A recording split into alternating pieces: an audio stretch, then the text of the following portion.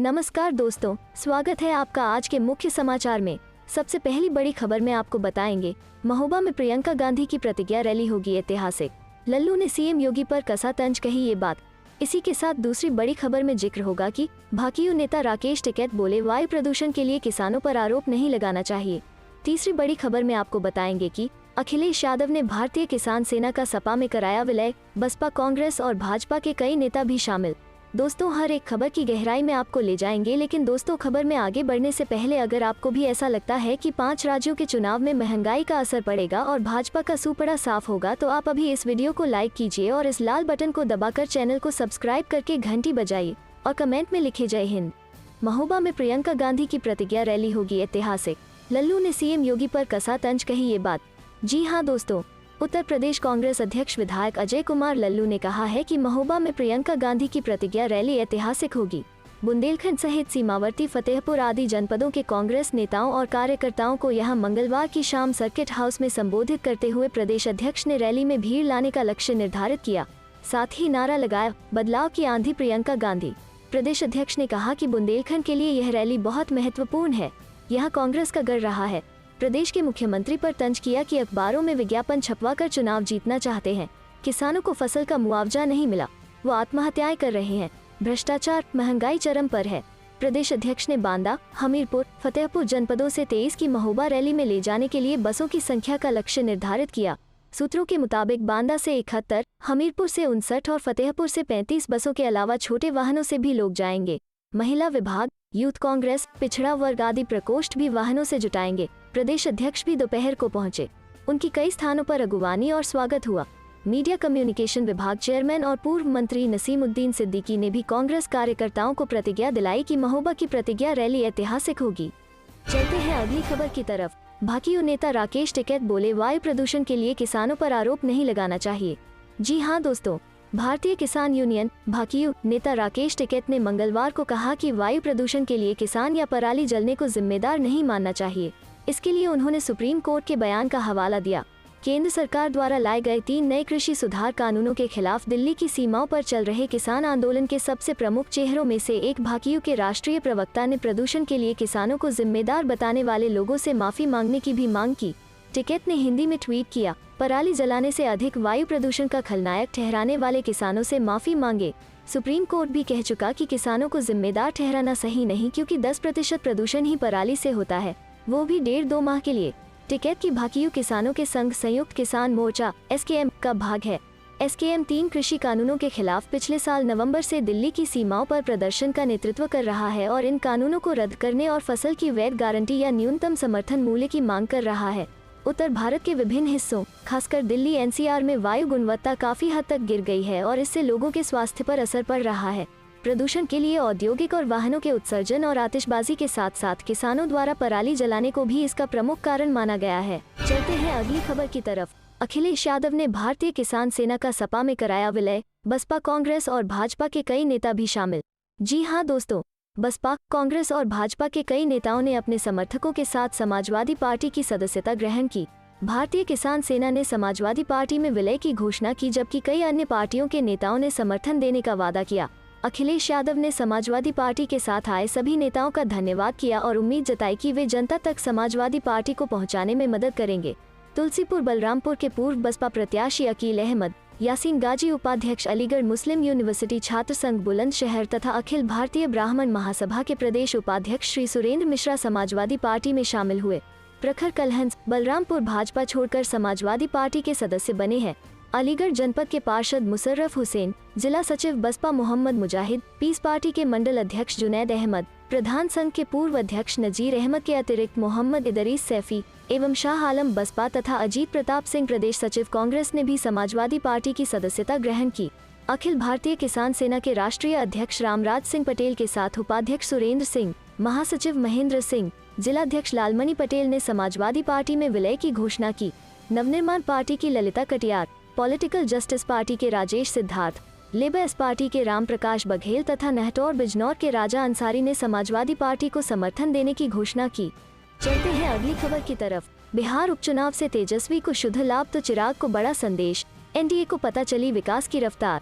जी हाँ दोस्तों, विधानसभा के आम चुनाव में देरी है, सो तारापुर कुशेश्वर स्थान के उपचुनाव को मिनी आम चुनाव तो नहीं, रिहर्सल कह सकते हैं। उपचुनाव के अनुभव से आम चुनाव के लिए सटीक पात्र तय होंगे। विषय वस्तु का निर्धारण होगा। दर्शकों की रुचि की विविधता को देखते हुए कुछ रोचक पटकथा लिखी जाएगी।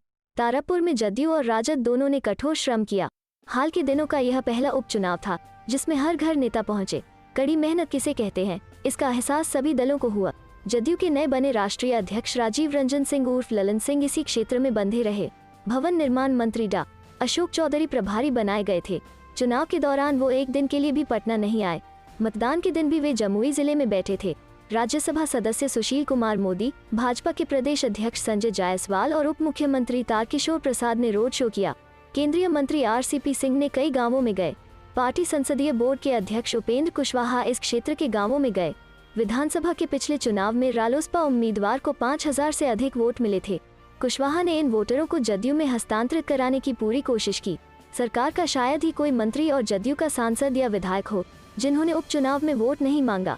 मुख्यमंत्री नीतीश कुमार का नारा न्याय के साथ विकास है। चुनाव जीतने के लिए यह काफी नहीं होता है, इसलिए जिस जाति का गांव था उसी जाति के नेता की ड्यूटी लगाई गई। प्रचार के दौरान यह भी पता चला कि अंदरूनी हिस्से में विकास की रफ्तार ठीक नहीं है। प्रचार के दौरान जदयू प्रवक्ता संजय सिंह को ग्रामीणों ने खराब सड़क की शिकायत की। ललन सिंह को कई जगहों पर कहना पड़ा कि प्राथमिकता के आधार पर अंदरूनी सड़कों की मरम्मत करा देंगे। इसके अलावा अफसरों की काम टालू प्रवृत्ति और रिश्वतखोरी की शिकायतें भी इफरात में मिली। सवाल उठता है कि किसी एक क्षेत्र में इतनी मेहनत आम चुनाव में भी संभव है क्या? चलते हैं अगली खबर की तरफ। प्रेस दिवस पर राहुल ने कहा, सच बोलने की सजा मिले तो साफ है कि सत्ता झूठ की है। जी हाँ दोस्तों, राहुल गांधी ने ट्वीट किया, जब सच बोलने पर सजा मिले तो साफ है कि सत्ता झूठ की है। उन्होंने एक वीडियो भी साझा किया जिसमें त्रिपुरा समेत कई स्थानों पर पत्रकारों की गिरफ्तारी और उन पर हमले का उल्लेख किया गया है। चलते हैं अगली खबर की तरफ। 340 किलोमीटर लंबे पूर्वांचल एक्सप्रेसवे पर एक भी टॉयलेट नहीं। अखिलेश का तंज चढ़े तो अपना ख्याल स्वयं रखें। जी हाँ दोस्तों, यूपी में पूर्वांचल एक्सप्रेसवे को लेकर समाजवादी पार्टी के मुखिया अखिलेश यादव बीजेपी सरकार पर लगातार हमलावर हैं। अखिलेश अक्सर कहते रहे हैं कि जो काम हम पहले कर चुके हैं वो काम अब ये कर रहे हैं। अखिलेश ने सोमवार को प्रेस कॉन्फ्रेंस कर तंज कसते हुए ये भी कहा कि बीजेपी का सबसे पसंदीदा काम शौचालय बनाना है, लेकिन एक्सप्रेसवे पर एक भी शौचालय नहीं है, इसलिए चढ़ने से पहले अपना ख्याल स्वयं रखें। गाजीपुर में समाजवादी पार्टी की विजय रथ यात्रा को परमिशन नहीं मिलने की बात बताते हुए कहा, अखिलेश ने कहा कि मुझे लगता था कि परमिशन दे देंगे कि हम भी समाजवादी सरकार में बनाए गए पूर्वांचल एक्सप्रेसवे पर चल सके, लेकिन उद्घाटन के बहाने किसी को चलने की अनुमति नहीं दी गई है और सुनने में आ रहा है कि जो भी एंट्री है वहाँ रास्ते रोक दिए गए हैं। कुछ लोगों को घर में कैद करने का काम होने लगा है। समाजवादी पार्टी की सरकार में बनाए गए एक्सप्रेसवे का उद्घाटन कर रहे हैं। पहले समाजवादी पूर्वांचल एक्सप्रेसवे का नाम बदलकर पूर्वांचल एक्सप्रेसवे कर दिया। उन्होंने आरोप लगाते हुए कहा कि जिस क्वालिटी के साथ एक्सप्रेसवे को बनना चाहिए था उस क्वालिटी से इसे नहीं बनाया गया है। अखिलेश ने कहा कि एक्सप्रेसवे पर अगर आपने रफ्तार बढ़ा दी तो हो सकता है कि आपके पेट में दर्द हो जाए, आपके कमर में दर्द हो जाए। उन्होंने कहा कि मुख्यमंत्री आज भी वही काम कर रहे हैं जिनकी शुरुआत या शिलान्यास सपा की सरकार में हो गया था। अभी तक मुख्यमंत्री अपना किया शिलान्यास का उद्घाटन नहीं कर पाए हैं। 340 किलोमीटर लंबा पूर्वांचल एक्सप्रेसवे पूर्वी और पश्चिमी यूपी को जोड़ेगा। ये एक्सप्रेसवे जनपद लखनऊ, बाराबंकी, अमेठी, अयोध्या, सुल्तानपुर, अंबेडकर नगर, आजमगढ़, मऊ तथा गाजीपुर से होकर निकलेगा। प्रधानमंत्री नरेंद्र मोदी मंगलवार को इस एक्सप्रेसवे का उद्घाटन करेंगे। पूर्व सीएम अखिलेश यादव बोले, यूपी में सपा बनाएगी सरकार, हो सकता है जनता बीजेपी को 400 सीटों पर हरा दे। महंगाई, बेरोजगारी, किसान हैं चुनावी मुद्दे। जी हां दोस्तों, जयपुर दौरे पर आए उत्तर प्रदेश के पूर्व मुख्यमंत्री अखिलेश यादव ने कहा कि हो सकता है कि यूपी की जनता आगामी विधानसभा चुनाव में बीजेपी को 400 सीटों पर हरा दे। उन्होंने जयपुर एयरपोर्ट पर मीडिया के सवालों का जवाब देते हुए कहा कि जहां तक उत्तर प्रदेश के विधानसभा चुनाव का सवाल है, केवल यूपी नहीं देश की जनता के सामने महंगाई बड़ा सवाल है। इसी तरह बेरोजगारी नौजवानों के सामने बड़ा सवाल है। किसानों की आय दोगुनी कब होगी, किसान इसकी मांग कर रहे हैं। किसानों के लिए केंद्र सरकार को 3 काले कानूनों के वापस लेना चाहिए। ये सब चुनाव के लिए बड़े मुद्दे हैं। अखिलेश यादव ने दावा किया कि उत्तर प्रदेश में आने वाले समय में समाजवादी पार्टी सरकार बनाने जा रही है। उन्होंने कहा, हमने क्षेत्रीय दलों को अपने साथ लिया है, हो सकता है उत्तर प्रदेश की जनता बीजेपी को 400 सीटों पर भी हरा दे। वहीं यूपी में जारी सियासी गहमा गहमी के बीच सलमान खुर्शीद की किताब में हिंदुत्व की तुलना आतंकी संगठनों से करने के सवाल को टालते हुए अखिलेश ने कहा कि मैंने किताब नहीं पढ़ी है, इसलिए मैं इस पर नो कमेंट्स। राजस्थान से अपना खास रिश्ता बताते हुए अखिलेश ने बताया कि उनकी शुरुआती पढ़ाई यहीं हुई है। वे मिलिट्री स्कूल से पढ़े हैं, जहां से निकलकर देश की रक्षा के लिए सीमा पर बहुत से सैनिक जाते हैं। अखिलेश यादव चौमू के पास हाड़ौता गांव में पूर्व जिला परिषद सदस्य वंदना यादव के परिवार में एक शादी समारोह में हिस्सा लेने आए थे। चार्टर विमान से उनका यह दौरा रहा। कार्यक्रम अटेंड कर अखिलेश वापस लखनऊ लौट गए। अखिलेश यादव का जयपुर हवाई अड्डे पर सपा कार्यकर्ताओं ने स्वागत किया। चलते हैं अगली खबर की तरफ। हम कैशलेस से लेस कैश अर्थव्यवस्था बन गए। कांग्रेस नेता पी चिदम्बरम ने नोटबंदी को लेकर केंद्र सरकार पर कसा तंज। जी हां दोस्तों, कांग्रेस के वरिष्ठ नेता पी चिदम्बरम ने नोटबंदी को लेकर शुक्रवार को नरेंद्र मोदी सरकार को निशाना बनाया और नकदी का चलन बढ़ने का हवाला देते हुए उसके नोटबंदी के लक्ष्यों को लेकर सवाल उठाया। चिदम्बरम ने ट्वीट किया, कुख्यात नोटबंदी के 5 साल हो गए, मोदी सरकार की लोकलुभावन घोषणाओं की स्थिति क्या है। उन्होंने लिखा, नरेंद्र मोदी ने पहले कहा कि हमें कैशलेस अर्थव्यवस्था बननी चाहिए। कुछ ही दिनों में उन्होंने महसूस किया कि यह बेतुका लक्ष्य है। उन्होंने लक्ष्य बदलकर उसे कम नकदी वाली अर्थव्यवस्था कर दिया। नोटबंदी के दौरान 18 लाख करोड़ रुपए चलन में थे और अब वो 28.5 लाख करोड़ रुपए हैं। पूर्व वित्त मंत्री ने कहा, ऊंची बेरोजगारी और मुद्रास्फीति की मार, गरीब एवं मध्य वर्ग कम नकद कमाते हैं और कम खर्च करते हैं। हम वाकई कम नकदी वाली अर्थव्यवस्था बन गए हैं। 3 चीयर्स। नोटबंदी के 5 साल बाद चलन में नोट धीरे धीरे लेकिन बढ़ते रहे। हालांकि डिजिटल भुगतान में भी वृद्धि हुई और अधिकाधिक लोग कैशलेस भुगतान तरीके को अपना रहे हैं। मुख्य रूप से पिछले वित्त वर्ष में नोट चलन में बढ़े क्योंकि कई लोगों ने कोविड-19 महामारी के बीच एहतियात के तौर पर नकद को रख लिया। इस महामारी ने सामान्य जनजीवन और आर्थिक गतिविधियों पर असर डाला। चिदम्बरम ने एक अन्य ट्वीट में कहा, केरल के वित्त मंत्री के एन बालगोपाल ने पेट्रोल और डीजल पर संग्रहित करों पर कुछ आंकड़ों का खुलासा किया है और यदि वे तोड़ मरोड़ कर पेश किए गए हैं तो केंद्रीय वित्त मंत्री को इस पर अपनी बात रखनी चाहिए। उन्होंने कहा, आंकड़ों से खुलासा हुआ कि 2020-21 में उत्पाद शुल्क के तौर पर 3,72,000 करोड़ रुपए का संग्रहण हुआ। उसमें से बस 18,000 करोड़ रुपए ही मूल उत्पाद शुल्क के रूप में वसूले गए और 41% राज्यों के साथ साझा किए गए। बाकी 3,54,000 करोड़ रुपए केंद्र के पास गए। यह मोदी सरकार का सहयोगपरक संघवाद नमूना है। कांग्रेस नेता ने सवाल किया, इसके अलावा 3,54,000 करोड़ रुपए की विशाल धनराशि कैसे और कहां खर्च की गई। चलते हैं अगली खबर की तरफ। 2 दिन के लॉकडाउन जैसे कदम उठाएं। दिल्ली में प्रदूषण पर एससी की केंद्र को सलाह। जी हां दोस्तों, दिल्ली और एनसीआर में वायु प्रदूषण के मामले पर सुप्रीम कोर्ट ने शनिवार को सुनवाई की। सुनवाई के दौरान सीजेआई ने कहा कि हमें तत्काल नियंत्रण के उपाय चाहिए। जरूरत पड़ी तो 2 दिन के लॉकडाउन या कुछ और सोचें, वरना लोग कैसे रहेंगे। राजनीति और सरकार से ऊपर उठकर काम करने की जरूरत है। CJI N V Ramana, justice T Y. Chandrachud और जस्टिस सूर्यकांत की बेंच इस याचिका पर सुनवाई की। पिछली सुनवाई में सुप्रीम कोर्ट ने केंद्र सरकार को प्रदूषण को रोकने के लिए तुरंत कदम उठाने को कहा था। अदालत ने दिल्ली सरकार से भी पूछा था कि प्रदूषण को रोकने के लिए क्या कदम उठाए गए हैं। साथ ही कहा था कि दिल्ली सरकार अदालत में हलफनामा दाखिल करे। इस पर दिल्ली सरकार ने शनिवार को कहा कि हलफनामा तैयार किया जा रहा है। सुप्रीम कोर्ट 15 नवंबर को सुनवाई करेगा। केंद्र से कहा, कोर्ट ने कहा है कि आपातकालीन मीटिंग की रिपोर्ट भी दाखिल करें। दिल्ली सरकार ने कहा कि उनका हलफनामा तैयार हो रहा है, आज दाखिल हो जाएगा। इस पर सीजेआई ने कहा कि ठीक है, कम से कम कुछ सोचा जा रहा है।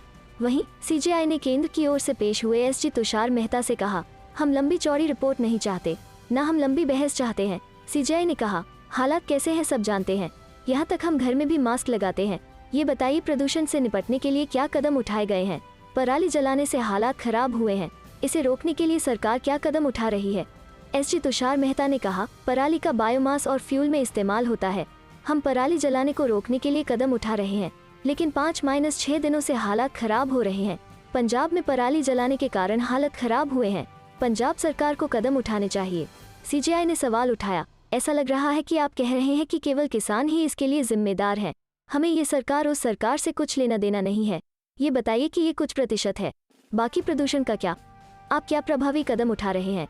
Justice D.Y.. चंद्रचूड़ ने कहा, सवाल किसानों का नहीं है, सवाल योजनाओं को प्रभावी तरीके से लागू करने का है।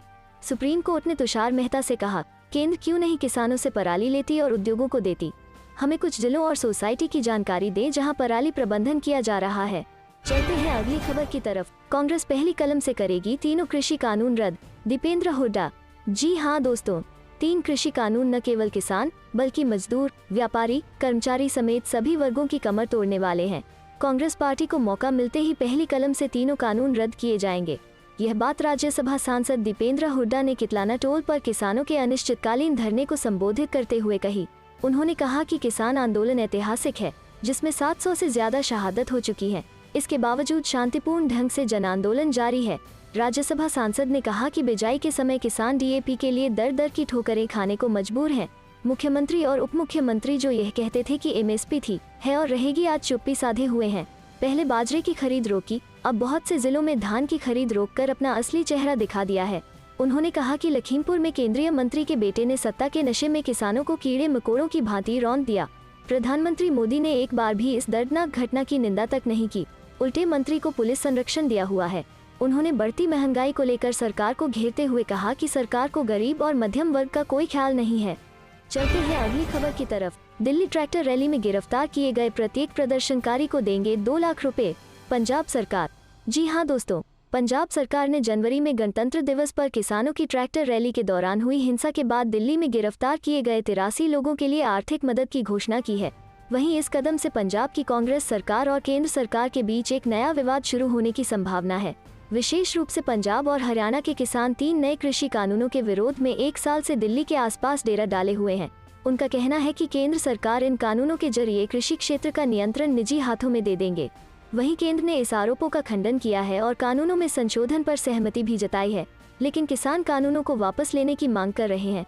बता दें कि इस साल 26 जनवरी को दिल्ली पुलिस और किसान नेताओं के बीच बातचीत के बाद कुछ रूटों पर किसानों की ट्रैक्टर रैली की इजाजत दी गई थी।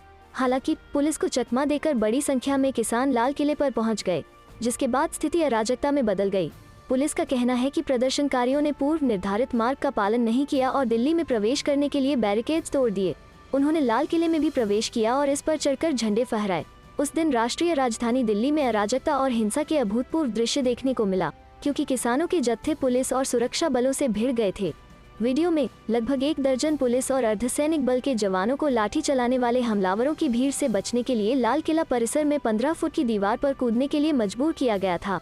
पंजाब के मुख्यमंत्री चरणजीत सिंह चन्नी ने एक ट्वीट करते हुए पुष्टि की कि उनकी सरकार दिल्ली पुलिस द्वारा गिरफ्तार किए गए लोगों को मुआवजा देगी।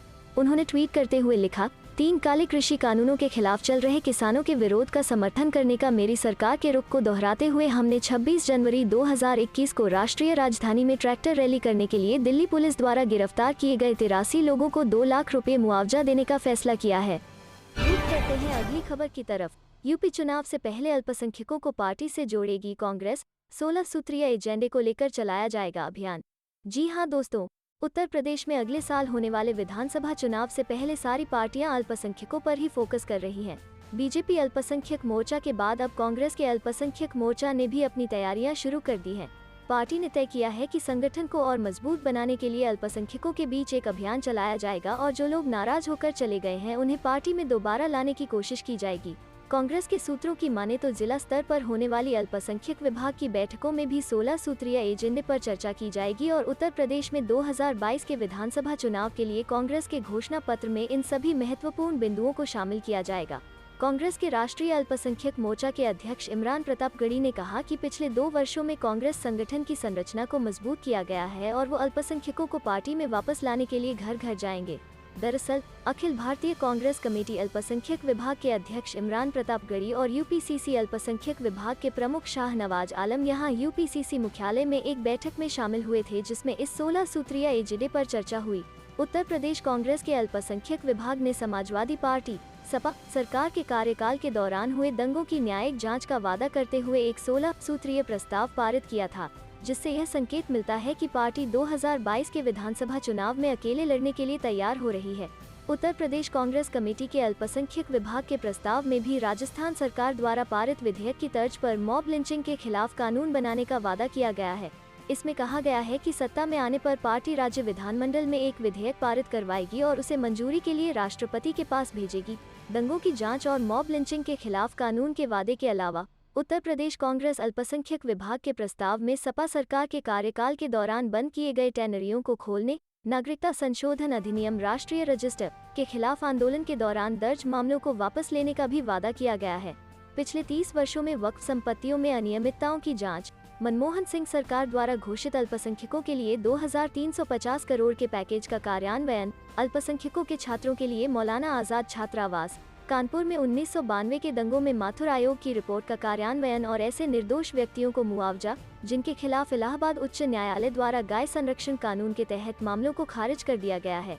कांग्रेस महासचिव प्रियंका गांधी वारा ने मीडिया कर्मियों के साथ अनौपचारिक बातचीत में हाल ही में संकेत दिया था कि उनकी पार्टी 2022 के विधानसभा चुनावों में गठबंधन के लिए तैयार है। कांग्रेस प्रदेश कांग्रेस अध्यक्ष अजय कुमार लल्लू ने कहा है कि उनकी पार्टी केवल छोटी पार्टियों के साथ गठबंधन करेगी।